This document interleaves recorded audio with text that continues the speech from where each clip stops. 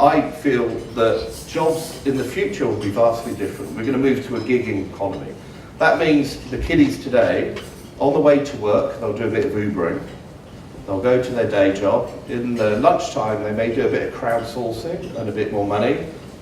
In the evening, they'll work at a bar or even do their own startup on the weekends, like myself. And so, we're not teaching them that at school. We're teaching them English Kings. We're teaching them, how to write great literature. This doesn't help. And so we create this program, my team creates this program called Unicorn, and they come to me and said, Neil, we want to kind of look at how we work better with interns. And I said, I'm not interested. They said, yeah, it's a great program. I said, yeah, but a few interns, who cares? I said, are you going to reinvent education in Singapore? And they said, yes. I said, right, let's do it.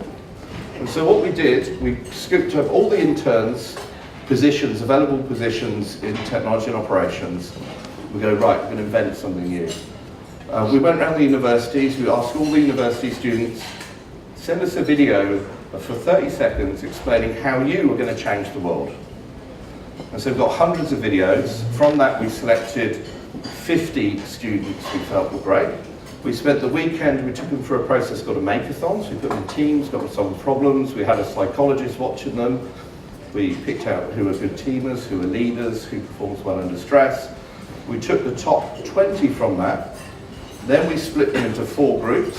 We put them in a startup center. We took 4 huge problems from the bank, from the senior execs, and we coached and mentored these interns to set up a company to solve the bank's biggest problems. After 2 months, they had to pitch to the executives.